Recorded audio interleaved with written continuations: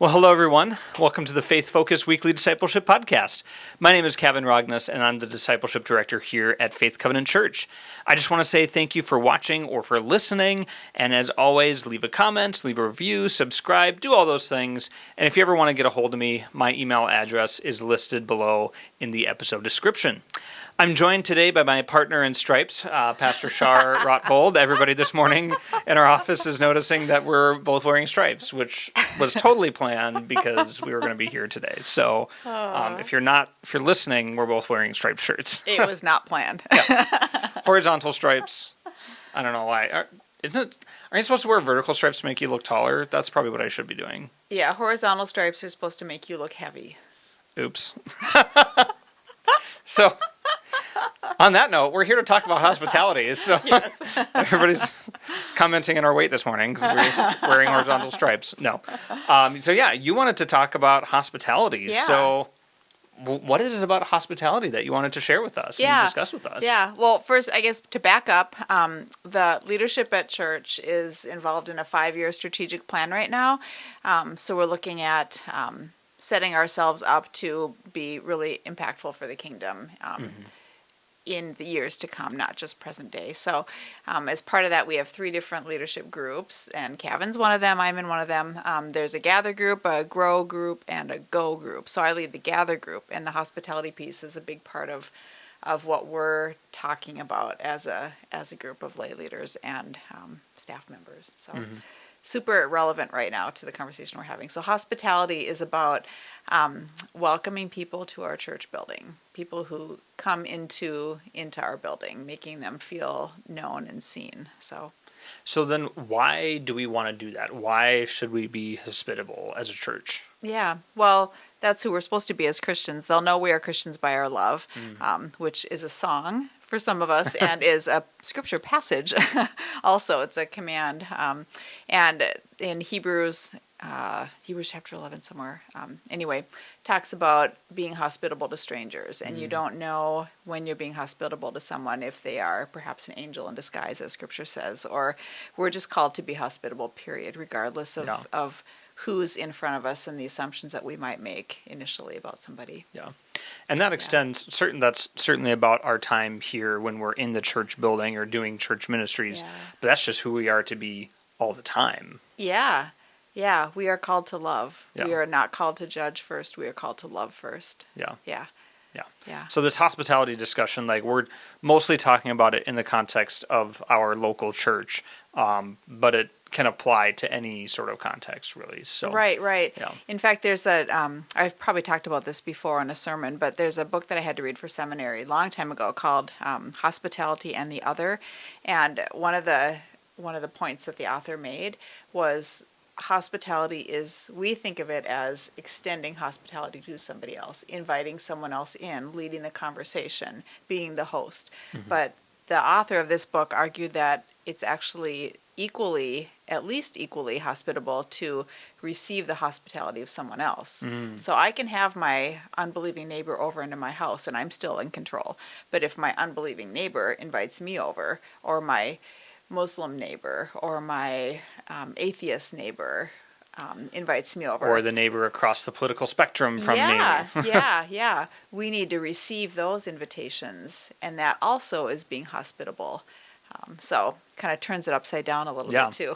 Well, that actually relates perfectly to last week's episode that I did about receiving grace and freely receiving gifts that we are given. So that's a good connection to that. So, and we were talking earlier, and one of the pieces about all this kind of leads to this question.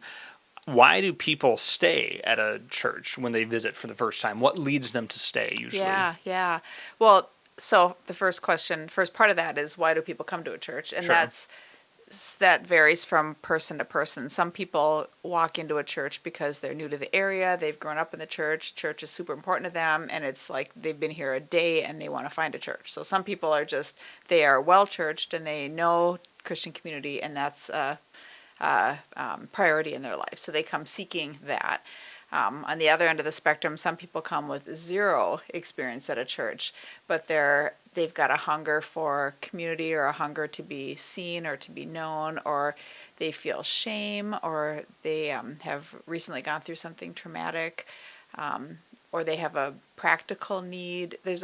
Or they came because somebody dragged them along, said you need to come to church. So the reasons people come to church are as varied as the people who walk in the door. Right. So that's one thing. But the reason people stay is because they've made a personal connection with somebody, and that is tested across time and across the nation. People, probably across the world too, people stay because they've made a personal connection with somebody. Yeah. So we want to at least offer a personal connection to people when they come. Yeah. Well, and I can kind of speak to that because the church I was at before I first came to Faith Covenant, I left that because I didn't really have a personal connection. Like the last Sunday I attended that church, I had just come home from this really intense emotional mission trip. And so like during worship, I was kind of like tearing up and kind of emotional, and nobody talked to me before the service, during the service, after the service. Like nobody talked to me. Yeah. And then the next week I came to Faith Covenant where I knew a few people, but I didn't necessarily know them super well.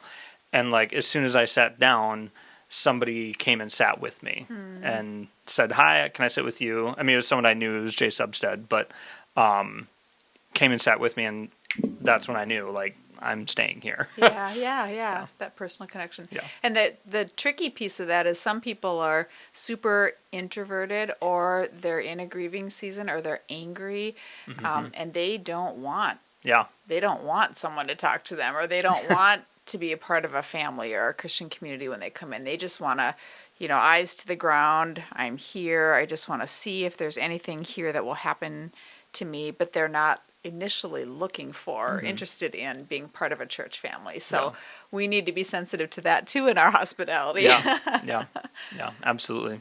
Yeah. So here at Faith Covenant Church, what do we have in place to engage in hospitality? Like, do we have people that are intentionally doing hospitality on some level? What roles are there? Yeah, we sure do. Our Sunday morning team, from our greeters to our ushers to our coffee shop volunteers to our information desk volunteers to the children's ministry desk folks, they are all, that's our hospitality team. And we don't necessarily call that the hospitality team, but maybe we should.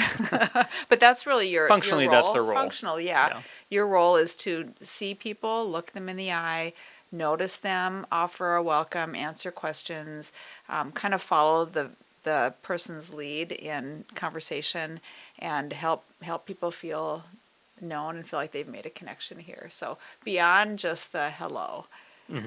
Which doesn't mean hounding someone down or chasing them down a hallway, or if someone comes in and they're looking at the ground and walking fast, well, there's a nonverbal cue for us. We don't necessarily rush to engage them. We give them space to just be anonymous for a bit. But yeah. So what are the responsibilities if you're a greeter or an usher? Like what do you have to be able to do? Yeah, I would say minimum is look somebody in the eye and put a smile on your face and say good morning or welcome or hello. Glad you're here. Yeah, that's the very minimum. And the greeters, sometimes people just are walking by and there's a whole group of people walking by, so you don't have time to say more than that. But if you do have time to say a little bit more, you could follow up with, I don't know that we've met before. And initiate with, my name is Char. Have we met? Yeah. I've been burned a few times saying, is this your first visit here? And someone's like, no, I've been coming for 6 months. I'm like, I've been there too. Yeah. Yeah. So I like that. Have we met before? Or I don't remember your name, or that kind of thing. Yeah. Just kind of make it clear that, like, I don't recall if we've met, but if we have, it's on me that I haven't remembered it. Yeah. And I would like to know you. Yeah.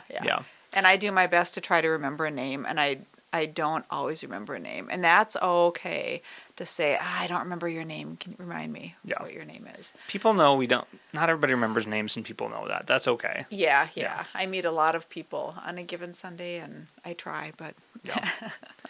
So I'm going to go through some hypothetical questions. So if I'm not on this team, like if I'm not a greeter or I'm not an usher, coffee shop volunteer, I'm off the hook, right? For hospitality. Absolutely. Yeah. Oh, great. No. No. No. If this is your church home, if you consider Faith Covenant your church home, whether you've been here a month or 60 years, you are part of the hospitality team, and I hope you see yourself that way every single time you're in the building, whether on a Sunday or any other night or day of the week too. And that would be a challenge and an encouragement for this year and for moving forward, to see yourself as part of the hospitality team, whether or not you have a particular function on a given day. If this is your church and you see someone you don't know, by all means, introduce yourself, say hello, offer a welcoming smile, look people in the eye. It's huge. Don't underestimate the power of eye contact. It's really important. Notice who's sitting alone and see if you can sit near them or a row or behind or ahead of them. Maybe because oftentimes we have a community time, not every week, but a community time during the service. So even if you just position yourself so that you're near someone you don't recognize, they may or may not have been at Faith Covenant for a while, but if you just position yourself, then when we get to that community time, there's a built-in excuse for talking to a person that you don't know, because it's just greet the people around you. Yeah. So. And for some people, that's the best part of their morning, and for some people, it's terrifying. Yeah. So there's that sensitivity piece too. And I feel both ways simultaneously. Yeah. So somebody you don't know, they might be terrified at that community time. So you don't need to engage in a long conversation or even ask any questions. Kind of gauge their response and their nonverbals. But certainly you can say, hey, my name is Kevin, or my name is Char. Welcome. Yeah. Or good to see you this morning. And that might be it, and that might be enough for some people. And going back, you were talking about how it's all of our role all the times, even if we're not specifically on that team. Tell me about the stealth greeters that you talked to me earlier this morning about. Years ago, I was responsible for staffing the hospitality teams. Terry Langmack and Sally Freeman do a fantastic job of doing that piece on Sunday mornings now. But when I had the greeters, or when I had those groups, I called them stealth greeters on Sunday morning and said, whether you're scheduled on a given Sunday or not, if you ever serve in one of these areas, you are a stealth greeter every single week. Yeah. So your job is to look for people you don't know and initiate a conversation, or at least make eye contact and say hello and offer your name. Yeah. So then the next question, what if I'm shy, or I'm not very outgoing, or I'm not an extrovert? Like, this can be really daunting to be just approaching people and saying hello. Yeah. And this might surprise some of you, but I'm an introvert. I am too. Kevin is too. We are both introverts. We kind of so is Pastor Brad, I think, too. Yeah. We get paid to be extroverted on Sundays. To have extroverted behaviors. And we have verbal jobs where we communicate often in front of large groups of people, but you can do that and still be an introvert. So whether you're introverted or extroverted, you can still look somebody in the eye and say good morning and offer your name. Hey, my name is Char. Good morning, welcome. And that, it doesn't need to be more than that. You don't need to share a whole lot about yourself. You don't need to probe deeply into the life of another person to be a warm, welcoming presence. Yeah. This challenges me because I'm not a naturally outgoing person. This kind of stresses me out a little bit. So this is a challenge for me as much as it may be for some of you as well. What about, so for a lot of us, Sunday is oftentimes the only time we see some people that are close friends. You've been here for 30 years, so sometimes it's the only day in the week that you see people you've known forever. Yeah. How do you balance, valuable time with people that you have deep relationship with, while also trying to incorporate new people and meet new people, greet new people? Yeah. I definitely feel that because I have deep friendships here. A couple different things. If you're sometimes I'm in a very personal, below the surface level conversation with a friend we're sharing something that's not a surface level conversation. I don't interrupt or leave that conversation to talk to somebody I don't know, because that's a valuable conversation. But if we're chatting about surfacey things, or what we did this weekend, or where we're going after church today, or whatever. That's a conversation that you could and should leave, and your friends will understand that. And that's part of the culture we're trying to develop or encourage here is, if Kevin and I are talking on a Sunday morning about baseball, which we probably would never do, but hypothetically speaking, and if we were, it'd be about how much I despise baseball. But if somebody walks by and we're talking about baseball, I would say, excuse me, there's somebody I don't know. I'm going to go say hi. And Kevin's going to understand that. He's not going to be offended. Now, if he's sharing some deep prayer And if we're talking about baseball, I'm probably going to be relieved that this conversation's over. True. I wouldn't do that if Kevin was sharing a prayer request with me, obviously. But he would understand. Please pray that I don't have to go to another baseball game. Okay. We'll pray about that later. Great. So that's an example to Kevin also, and the same would be true if Kevin left a conversation to go talk to it. That would be a good reminder for me and a good example to me of, oh yeah, that's what it's about. And to watch him go and find someone and seek someone that he doesn't know would be a beautiful thing to witness, and has happened. So it's a good thing. Your friends will understand if you leave a conversation to greet somebody, and it will also prompt them and encourage them to do the same. So, and it may also be, you probably don't want to do this every time because it could get overwhelming, but it might be an opportunity for you and your friend to go greet someone. Like, hey, I don't think do you recognize that person? Okay, neither of us do. Let's go meet them. That, you might want to pay attention to those nonverbal cues of maybe they would be a little overwhelmed by two people approaching instead of one. But that's an option too of let's go greet this person together. Right. Or if I've been talking to somebody who's a visitor and a friend walks by, I might say, hey, and beckon them, hey, this is so-and-so, and introduce them to a second person. And again, there's some discernment there based on the conversation you've been having with the stranger, if that would be an okay thing. And you try, and sometimes it might not go exactly the way you wanted it to go, and that's fine. That's fine. At least we're trying. So what are we've kind of talked a couple, but what are some examples of how to approach someone that you don't recognize?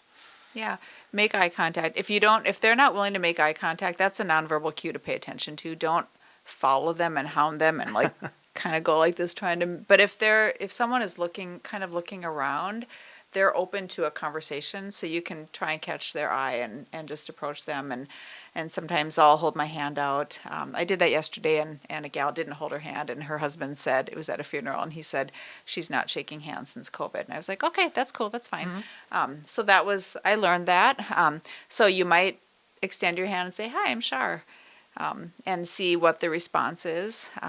Is this your first time here? Have we met before? And get a feel for the conversation from there. And you'll get a feel, and don't take it personally if someone's not interested in talking to you. It's not you. They don't even know you. They're just here again for one of 1,000 different reasons, and we don't know that. So we honor where someone is at, but it's easy and pretty non-threatening to don't ask what their name is first. Offer your name. Hi, I'm Char. Have we met? And they may give you their name, and they may not. And you don't need to ask, what was your name? Or what's your name? If they offer it, they'll, this is the first conversation. So, And again, like we said earlier, if maybe you met somebody one week and then you see them the next week but forget their name, that's okay to call out and say, I know we talked. Remind me your name. Yep. So those are some things. Those are some ways to kind of initiate contact. Once, if people kind of indicate that they're open to more conversation, what are some good ideas of how to continue the conversation? Ask a couple questions. What are some questions that we can kind of have in our back pocket to kind of use when you see that, oh, I've greeted them and they seem receptive to a little bit more? And again, we're following their lead, and as the conversation's been going, so it'll be different every time. But in general, you can say, do you live in the area? Or where do you live? And they might say, well, I just moved to Burnsville. And then you could say, well, where did you live before? Or where did you come from? That kind of thing. So again, following their lead a bit, you can ask if they might say they live in Arizona, and then, what brings you to Minnesota? Are you visiting? Did you recently move here? You could ask if they say, well, my job transferred me. Well, that's an easy one. Well, what's your job? What do you do? Where do you work? That kind Yep. of thing. So again, following the lead for kind of normal conversation is helpful. Yeah. And that'll be different with every conversation. Yeah. And I think it can be helpful to ask, what questions do you have? And just kind of put a little bit on their plate to kind of identify what information they want to know, because they don't want to know everything about Faith Covenant right away. Right, absolutely. That's a good way to overwhelm somebody. Yeah. We have this and this and this and this. Like, that's great if you know those things, but let them kind of decide how much information they want right away. Right. I am one good thing to have a little couple-minute spiel on, though, because I get the question a lot, actually, is what is the covenant? Because we're not super well known. Like, people kind of know what the Lutheran Church is or the Catholic, but the covenant's not as large and as well known. So to be able to articulate in just a couple sentences what the covenant is, our historical roots are in the Swedish Lutheran Church. Even that. Like, grounds them. We're a mainline Protestant denomination.